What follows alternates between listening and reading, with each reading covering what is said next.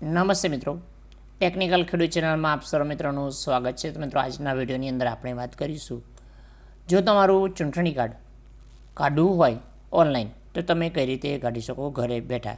એટલે કે કયા પ્રકારનો કોઈ પણ તમે સુધારો કર્યો હોય તો એ સુધારાની અંદર જે અપડેટ નવું થયું છે કે નથી થયું એ અંતર્ગત આપણે સંપૂર્ણ વિગત જાણીશું. શું તમારો સુધારા કરવા અંતર્ગત જો તમારું ચૂંટણી કાર્ડ આપ્યું હોય, જન્મ તારીખની અંદર હોય, સરનામું હોય અથવા નામની અંદર થોડી ભૂલ હોય તો તમે એ સુધારો કર્યો હશે.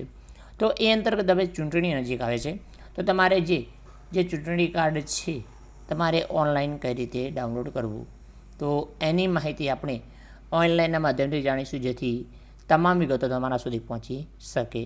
તો વિડીયોમાં સૌથી પહેલાં તો તમારે ક્રોમ બ્રાઉઝર અંદર આવી જવાનું છે. અને મિત્રો, જો તમે અમારા વિડીયો સૌથી પહેલાં જોવા માગતા હો તો લાલ કલરનું બટન દબાવી અને સબસ્ક્રાઈબ કરો અને બાજુમાં જે બેલ આઇકોન છે એ પણ પ્રેસ કરી લેજો.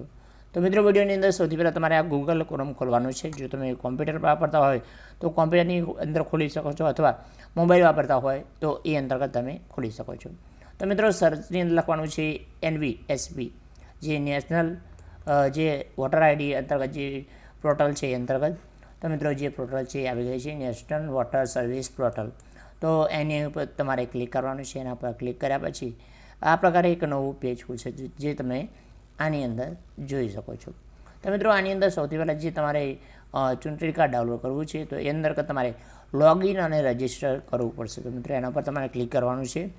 તો મિત્રો, આની અંદર તમારે યુઝરનેમ, પાસવર્ડ અને કેપ્ચર નાખવાના છે. તો એ અંતર્ગત આપણે જાણીએ કે આપણે નવું રજિસ્ટ્રેશન કરવાનું છે, તો આપણે એના ઉપર ક્લિક કરીશું. એના ઉપર ક્લિક કરશો તો આ પ્રકારે એક નવું પેજ ખુલશે જે તમારી સમક્ષ. તો આ પ્રકારે તમને નવું પેજ ખુલશે. મિત્રો, આની અંદર તમારે મોબાઈલ નંબર જે તમારે અત્યારનો છે એ અને અહીંયા કેપ્ચર કોડ નાખેલા છે એ તમારે ટાઈપ કરવાના છે. મિત્રો, આ પ્રોસેસ આપણે પૂર્ણ કરીએ છીએ. તો મિત્રો, આપણે જે રજિસ્ટ્રેશન કરી દીધું છે પછી તમારે જે અહીંયા તમારે લોગિન કરવાનું છે. આની અંદર યુઝરનેમની અંદર તમારો મોબાઈલ નંબર, પાસવર્ડ અને અહીંયા જે કેપ્ચર આપેલા છે એ કેપ્ચર દાખલ કરવાના છે. તો મિત્રો, આ પ્રમાણે આપણે માહિતી પૂર્ણ કરીએ છીએ.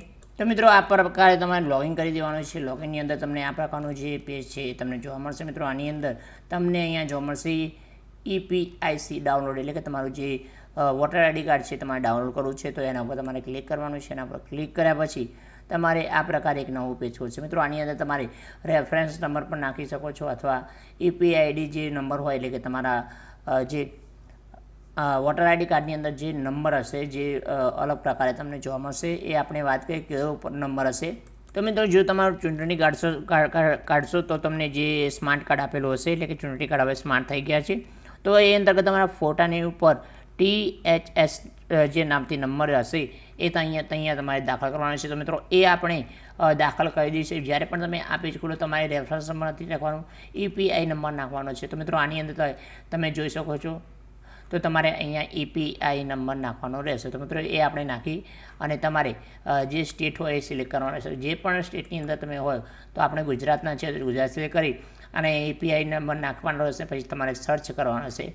તો મિત્રો, આ પ્રોસેસ આપણે પૂર્ણ કરીએ છીએ. મિત્રો, એ દાખલ કરશો તમને આ પ્રકારે તમને જોવા મળશે કે જે મારું નામ અહીંયા લખેલું છે અને જે અટક છે અને પિતાનું નામ છે અને કલોલ તમે જોઈ શકો છો. એ અંતર્ગત પાછળ તમારે મોબાઈલ નંબર તમને જે શો કરશે. તો મિત્રો, એ પ્રકારે તમે આની અંદર જોઈ શકો છો. મિત્રો, આની અંદર તમારી જે સેન્ડ જે OTP છે, એટલે કે તમારો જે મોબાઈલ નંબર રજિસ્ટ્રેશન છે કે નહીં એ પણ તમને જોવા મળશે, કે જે 2126 વાળો જે મારો મોબાઈલ નંબર છે એ આની અંદર રજિસ્ટર છે. તો મિત્રો, આપણે જે મોબાઈલની અંદર તમારો રજિસ્ટર છે તો એની અંદર સેન્ડ OTP, એટલે કે તમે સેન્ડ OTP પર ક્લિક કરશો તો તમારા અંદર જે OTP આવશે એ દાખલ કરી અને તમારું જે વોટર આઈડી કાર્ડ છે એ તમે ડાઉનલોડ કરી શકો છો. મિત્રો, આપણે અહીંયા જે સેન્ડ લખ્યું છે એ એના ઉપર ક્લિક કરવાનું રહેશે. તો મિત્રો, જે સેન્ડ ઉપર ક્લિક કર્યા પછી તમને જે તમારા મોબાઈલની અંદર જે OTP આવશે એ તમારે આની અંદર નાખવાનો રહેશે. તો મિત્રો, મારો OTP આવે એટલે હું નાખી અને તમને જે જાણ કરું છું. મિત્રો, આપણે OTP આવી ગયો છે તો એની અંદર જે OTP આવ્યો છે તો મિત્રો આપણે એ ટાઈપ કરવાનો રહેશે.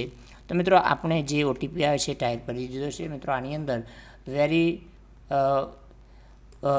જે છે એના પર ક્લિક કરવાનું છે. મિત્રો, પછી તમારે અહીંયા કેપ્ચર કોડ આપેલા છે એ પ્રકારે તમારે આની અંદર દાખલ કરવાના રહેશે. તો તો મિત્રો જે કેપિટલ હોય તો કેપિટલ, સ્મોલ હોય તો સ્મોલ, અને એ પ્રકારે તમે આની અંદર કેપ્ચર કોડ દાખલ કરશો. પછી આની અંદર તમારે ડાઉનલોડ EPIC ઉપર ક્લિક કરવાનો છે. એના પર ક્લિક કરશો તો તમારી જે પ્રોસેસ પ્રમાણે ડાઉનલોડ થઈ જશે. તો મિત્રો આપણે ડાઉનલોડ કરી દઈએ છીએ. મિત્રો આપણું જે ચૂંટણી કાર્ડ છે એ ડાઉનલોડ થઈ ગયું છે. મિત્રો આની જે ડાઉનલોડ થયું છે એ પ્રકારે તમે જોઈ શકો છો. આ પ્રકારે તમને ચૂંટણી કાર્ડ તમને જોવા મળશે. મિત્રો આની અંદર આ પ્રકારે જે ભારતનું ચૂંટણી કાર્ડ છે આની અંદર તમને જે આપણે નંબર કીધું હતું એ આ પ્રકારે તમને નંબર શો કરતો હશે એ પ્રકારે હશે. તો મિત્રો આની અંદર તમને જોવા મળશે જે હોય છે કે જે સ્ક્રીન કાર્ડ અંતર્ગત તમારે આની ઉપર તો સ્ક્રીન કરશો તો તમારું જે ચૂંટણી કાર્ડ છે તમને જોવા મળશે. મિત્રો ડાઉનલોડ ડેટ 14/11/2022 છે. તે ટાઈમ પણ તમને અહીંયા જોવા નથી મળતો. તો મિત્રો આની અંદર તમે જોઈ શકો છો જે તમારું જે પણ તમે નવું અપડેટ કર્યું હશે એ અંતર્ગત તમને રહેશે. મિત્રો તમે કયા પ્રકારની સહી કરી છે તો એ તમને અહીંયા જોવા મળશે. તો મિત્રો એ અંતર્ગત રહેશે. તો મિત્રો આ હતું સંપૂર્ણ જે તમારે ચૂંટણી કાર્ડ કઈ રીતે ડાઉનલોડ કરવું. અને જે પણ મિત્રો વધુમાં માહિતી જાણવા માગતા હોય કે ચૂંટણી કાર્ડની અંદર જે આ પ્રકારે જે નવું લિસ્ટ આવે છે કે કારણ કે હવે ચૂંટણી આવી રહી છે તો તમારા કયા વોર્ડની અંદર છે, શું તમારે જે ચૂંટણી કાર્ડ લિસ્ટ છે એની અંદર તમારું નામ છે કે નહીં, એ કઈ રીતે ચેક કરવું. તો મિત્રો એનો પણ વિડીયો આપણે બનાવી દીધો છે. તો નીચે આપી છે લિંક વિડીયોની. તો એ ના ઉપર જઈને તમે ક્લિક કરી અને વધુ માહિતી કે ચૂંટણી કાર્ડ લિસ્ટની અંદર તમારું નામ છે કે નથી એ પણ તમે જાણી શકો છો. મિત્રો આ હતી સંપૂર્ણ માહિતી. આ તમને વિડીયો ગમ્યો હોય તો લાઈક કરજો અને તમારું વધુના વધુ મિત્રો છે એમના સુધી શેર કરવા વિનંતી. તો બસ મિત્રો આજના વિડીયોમાં મિત્રો આટલું જ. જય હિન્દ મિત્રો, વંદે માતરમ, જય ગરવી ગુજરાત.